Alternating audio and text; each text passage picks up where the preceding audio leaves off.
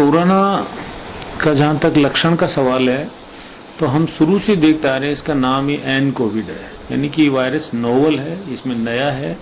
अभी बहुत सारी चीज़ें समय के साथ में पता पड़ेगी, पूरा क्लियर कट डिफाइंड अभी भी नहीं है। कुछ चीज़ें हैं कि ये किस तरह की वायरल है, तो ये बहुत जल्दी सांस से सांस फैलता है, सांस के द्वारा बीमारी फैलती है, और इसीलिए इसमें हम चीज़ों को जो बचाने की बात ज़्यादा करते हैं, क्योंकि होने के बाद में इतना कई बार टाइम भी नहीं देता है कि आदमी संभल पाए इस तरह से। तो इसलिए जल्दी ही पहचानना इसके लिए बहुत ज़रूरी है। और जिस भी किसी मरीज को सर्दी जुकाम के लक्षण हों, साथ में तेज बुखार हो, और यदि कोई मरीज किसी पर्टिकुलर एरिया से चल के आ रहा है, ट्रैवल हिस्ट्री है, या किसी के कॉन्टैक्ट में आया है कोरोना के वाले, उस मरीज को हम एक संदिग्ध व्यक्ति मान लेते हैं कि ये कोरोना से संदिग्ध होता है। उसको हम जांच करते हैं, और यदि उसका पॉजिटिव आता है तो कोरोना पॉजिटिव मानते हैं, यदि उसका नेगेटिव मानता है तो हम उसको होम क्वारंटाइन कर देते हैं, और इसी तरीके से पॉजिटिव का आगे फिर इलाज दिया जाता है। जो पॉजिटिव होता है, वायरल बीमारी है, डेफिनेटली बहुत कुछ ऐसे नहीं है कि 100% क्योरेबल है, 100% ट्रीटेबल है, ऐसा नहीं है। कुछ ट्रायल्स के आधार पे कुछ ड्रग्स को इलाज दिया जाता है। बट मैं यही कहना चाहूँगा कि दवाइयाँ सेकंड नंबर पे आती है। यदि शुरुआत में पहचान करके आइसोलेट कर लें और मरीज की पॉजिटिविटी हो, इम्यून सिस्टम यदि उसका अच्छा हो, तो वो काफ़ी हद तक ठीक हो जाता है। जब उसको मरीज को डिस्चार्ज देते हैं तो डिस्चार्ज हम उसको नेगेटिव होने पे ही देते हैं। तो यहाँ से भी हम उसको 2 सैंपल उसके नेगेटिव होते हैं, उसके बावजूद भी हम 14 दिन तक या 28 दिन जो भी ज़्यादा होता है, उसको एक अलग आइसोलेशन की जगह क्वारंटाइन करते हैं, चाहे वो अस्पताल हो या दूसरी जगह कोई भी चिन्हित स्थान हो। और जब समाज में जाता है तो वो नेगेटिव होके जाता है।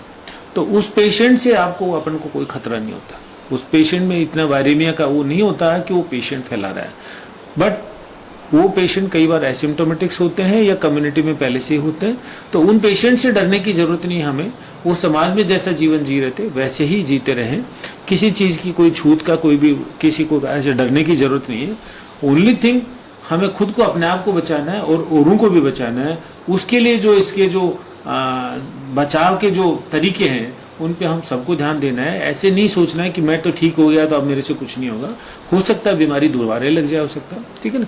तो इसलिए हमें ध्यान रखना है और वो सारे तरीके अपनाने हैं कि मास्क पहनना है, सैनिटाइजेशन करना है, बार बार हैंड वॉशिंग करनी है, बिना मतलब टच नहीं करना है, बिना मतलब कहीं जाना नहीं है, दूरी बना के रखनी है, और भारतीय मुद्रा में नमस्ते करना है, न कि हाथ मिलाना। हमारे यहाँ से यदि मैं बात करूँ तो हमारे यहाँ पे अभी तक 130 मरीज कल तक भर्ती हो चुके थे। इस तरह से एक पेशेंट जो हमारे पास वो सीरियस ही आया था उसी दिन हमने उसको वेंटिलेटर पे लेना पड़ गया था। वो ज़रूर पेशेंट हमने खोया है। बाकी इसके अलावा भी हमारे पास ज़्यादातर मरीज ठीक हुए हैं।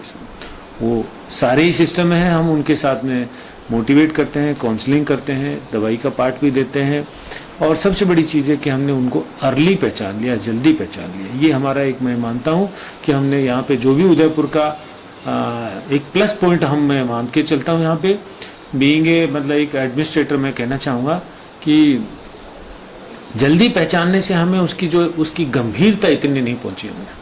और एक पेशेंट आया तो उसके जो कॉन्टैक्ट्स थे उनको सबको हमने जल्दी से जल्दी टेस्टिंग कर ली और उनको जल्दी पहचान लिया।